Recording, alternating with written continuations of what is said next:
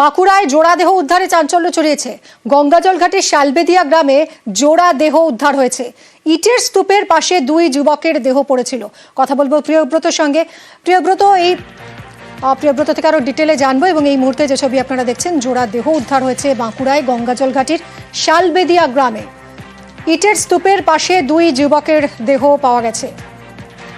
দুই বন্ধু, এরা দেবাশিস মণ্ডল এবং বাপ্পা মাঝি, তাদের দেহ উদ্ধার হয়েছে এবং এদের দেহের পাশেই বাইক পড়েছিল। ফলে বাইক দুর্ঘটনায় দুজনের মৃত্যু হয়ে থাকতে পারে বলে অনুমান পুলিশের। যদিও দুর্ঘটনা নাকি অন্য কোনো কারণ তা খতিয়ে দেখছে পুলিশ। জোড়া দেহ উদ্ধারে চাঞ্চল্য ছড়িয়েছে বাঁকুড়ার গঙ্গাজল ঘাটের শালবেদিয়া গ্রামে। প্রিয়ব্রতর কাছ থেকে আরো বিশদে জানবো। প্রিয়ব্রত, কি জানা যাচ্ছে এই দুজন কারা, তাদের কি পরিচয় এবং কিভাবে মৃত্যু হলো, কি বলছে পুলিশ? প্রিয়ব্রত, হ্যাঁ, যেটা ঘটনা যে সকালবেলাতে মৃতদেহ উদ্ধার হয়েছে, কিন্তু এই মৃতদেহ কি করে পড়ে রয়েছে এলাকায় সেই কিন্তু সন্দেহ দেখা দিচ্ছে। কেননা তার পাশে থেকেই একটি বাইক উদ্ধার হয়েছে এবং স্থানীয় বাসিন্দারা যেটা মনে করছে হয়তো অ্যাক্সিডেন্ট হয়েছে এবং অ্যাক্সিডেন্ট হওয়ার কারণেই এই ভিটের যে গাদা ছিল সেখানে মাথায় ঠোকা যায় এবং তার পরবর্তীকালে মৃত্যু হয়। কিন্তু স্থানীয় মানুষজন বললে কি হবে, পরিবারের লোকজন যেটা দাবি করছে যে মূলত তারা সকালবেলাতেই বেরিয়ে গেছে এবং তারা দুজনেই বাইরে থাকেন এবং এই সবে পৌঁছেছেন বাড়িতে এবং তার পরবর্তীকালে তারা গতকাল 10টা নাগাদ বাইক নিয়ে বেরিয়ে যান এবং তার পরবর্তীকালে কোনো খবর পাওয়া যায়নি। গতকাল রাত্রে তারা খোঁজ খবর করেন, কিন্তু আজ সকালে যখন মৃতদেহ উদ্ধার হয়েছে তার পরবর্তীকালে কিন্তু থানায় একটা অভিযোগ করা হয়েছে। তারা চাইছেন যে মৃতদেহ যারা উদ্ধার করেছে পুলিশ এবং তার পরবর্তীকালে তদন্ত করা হোক এবং সেটি খোলসা করে দেখা হোক। কিন্তু ঘটনা যেটা দেখা যাচ্ছে যে দুটো মৃতদেহ পড়ে রয়েছে এবং প্রাতঃভ্রমণকারীরাই মূলত প্রথম দেখায় এবং তারপরে খবর দেওয়া হয় থানাতে। ধন্যবাদ প্রিয়ব্রত। থাকতে কখন কি এসছে তা জানা যায়নি। ওর বন্ধুদের মুখ থেকে শুনলাম যে রাত্রি 11টা নাগাদ গ্রামের মধ্যে এসেছিল। এখানে এসে দেখা যায় স্পটে দুজন মারা গেছে। তার মধ্যে আপনার কে হয়? বাপ্পা মাঝি আমার ভাইপো। আচ্ছা। আর রাহুল মাঝি আমার পাশের বাড়ি। টারবাইন ঘুরিয়ে নয়, অল্প স্রোতেই জলবিদ্যুৎ তৈরি হচ্ছে। বিকল্প পথে সাফল্য আইআইটি খড়গপুরের গবেষকদের। জলবিদ্যুৎ তৈরির নতুন এই কৌশলকে পর্যটনে কাজে লাগাতে চাইছেন গবেষকরা। এতে কর্মসংস্থান বাড়বে বলে আশা।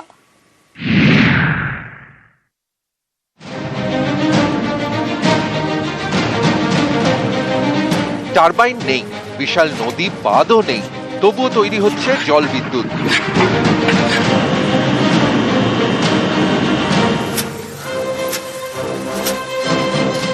পশ্চিম মেদিনীপুরের কেশিয়ারিতে সুবর্ণরেখা নদী। এই নদীর জলকে কাজে লাগিয়ে বিদ্যুৎ তৈরি করেন আইআইটি খড়গপুরের গবেষকরা। জলের অল্প স্রোতেই বিদ্যুৎ, 2024 সালের সাফল্য।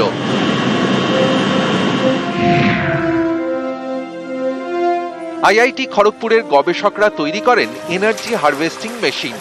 এই মেশিনের সাহায্যে অল্প স্রোতেই বিদ্যুৎ।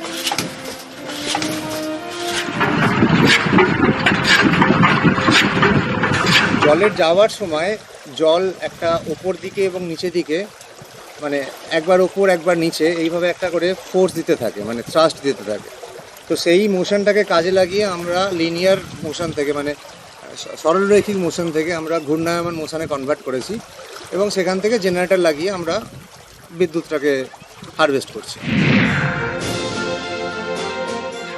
আলো জ্বালানোর লক্ষ্য পূরণ হয়েছে। নেক্সট টার্গেট, জল শক্তিকে কাজে লাগিয়ে তৈরি বিদ্যুতে নৌকো বা স্পিড বোট চালানো।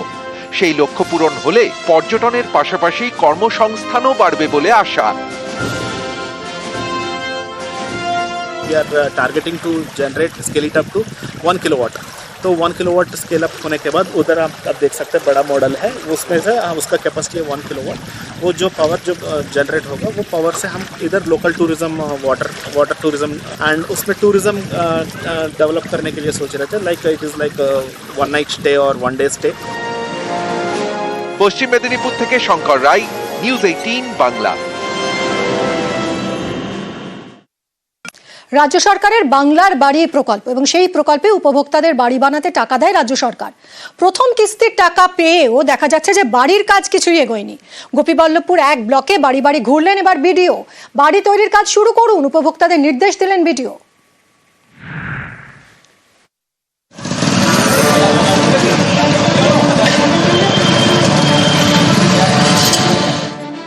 বাইকে স্টার্ট, বাইকে অফিস থেকে বেরোলেন বিডিও, পাশের বাইকে আরো আধিকারিক, কিন্তু যাচ্ছেন কোথায়?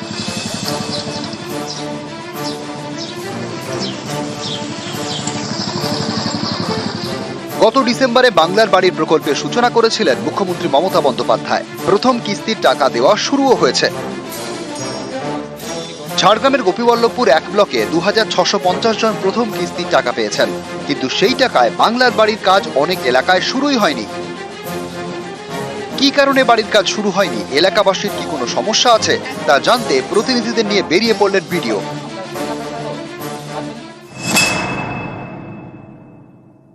ঝাড়গ্রাম যদি জেলায় দেখি আমরা 8টা ব্লকের মধ্যে গোপীবল্লভপুর 1 আমরা খুব ভালো জায়গাতেই আছি।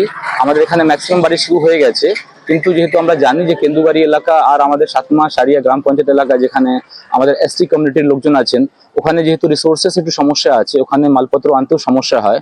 তো সেখানে কয়েকটা বাড়ি হতে পারে যেখানে ওটা কাজগুলো আরম্ভ করা হয়নি। টাকাটা যেটা দেওয়া হয়েছে 2 মাস আগে 3 মাস আগে, ওই টাকাটা দিয়ে বাড়ি তো শীঘ্রই শুরু করতে হবে।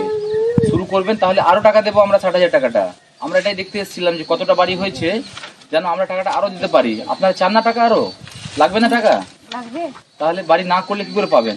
এবারে বিডিও সাহেব এসে বাড়ি বাড়ি গিয়ে কে বাড়ি পেয়েছে, কে ইয়ে হচ্ছে, কে কাজ আরম্ভ করেছে না করেছে, এগুলা সব দেখে কতটা খুশি চলে গেলেন। খুবই আমরা খুশি, আনন্দ পেয়েছি। মিস্ত্রি সেটা একটু অভাব আছে, তো সেখানে আমরা মানুষকে বুঝিয়েছি যে যেখানে একটা জায়গায় বাড়ি তৈরি হচ্ছে সেখানে লোকের সাথে কথা বলে নিতে, ওইখানে যখনই কাজটা হয়ে যাচ্ছে তারপরে ওনাদের ওখানে এসে কাজ করবে। আর মূলত কাজ শুরু করতে গেলে আমাদেরকে মাটিগুলো খুঁড়তে হচ্ছে আর ম্যাটেরিয়ালগুলো নিতে হচ্ছে, তারপরে কাজটা আরম্ভ হচ্ছে। তো সেটাই আমরা চেষ্টা করছি যে মানুষকে বুঝিয়ে সেই কাজটা আরম্ভ করা যায়। ঝাড়গ্রাম থেকে রাজু সিং, নিউজ 18 বাংলা। প্রয়াত ফুটবলার পিকে বন্দ্যোপাধ্যায়ের বাড়িতে কুপিয়ে খুন। দোলের রাতে সল্টলেকের বাড়িতে মদের আসর, আর সেখানে বচসার মাঝেই কেয়ারটেকারকে এলো পাথারি ছুরির কোপ ড্রাইভারের। হাসপাতালে নিয়ে গেলেও শেষ রক্ষা হয়নি। খুনে অভিযুক্ত ড্রাইভারকে গ্রেফতার করেছে পুলিশ।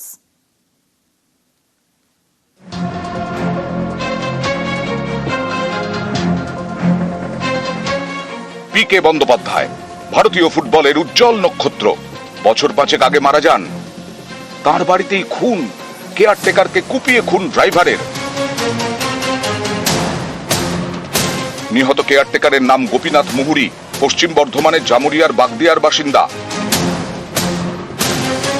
কেয়ারটেকারকে খুনের অভিযোগে গ্রেফতার ড্রাইভার বরুণ ঘোষ।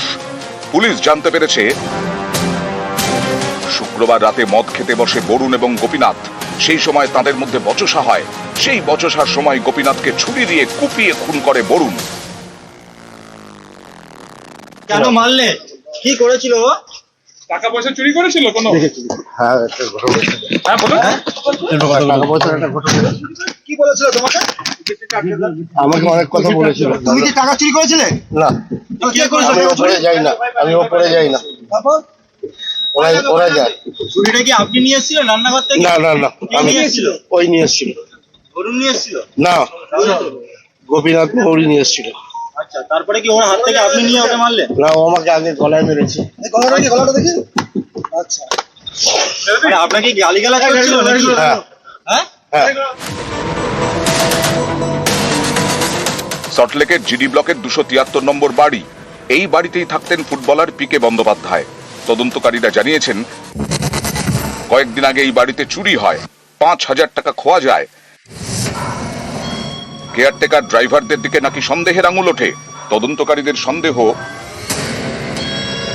শুক্রবার রাতে মদের আসরে এই নিয়ে বরুণ গোপীনাথের বচসা শুরু হয়। টাকা চুরি নিয়ে একে অপরকে দোষারোপ করতে থাকে। পরিস্থিতি উত্তপ্ত হয়। ধৃত বরুণের দাবি, ঝামেলার মাঝে রান্নাঘর থেকে ফল কাটার ছুরি নিয়ে আসে গোপীনাথ। প্রথমে গোপীনাথই বরুণের উপরে হামলা চালায়, তারপর পাল্টা গোপীনাথের ওপর চড়াও হয় বরুণ।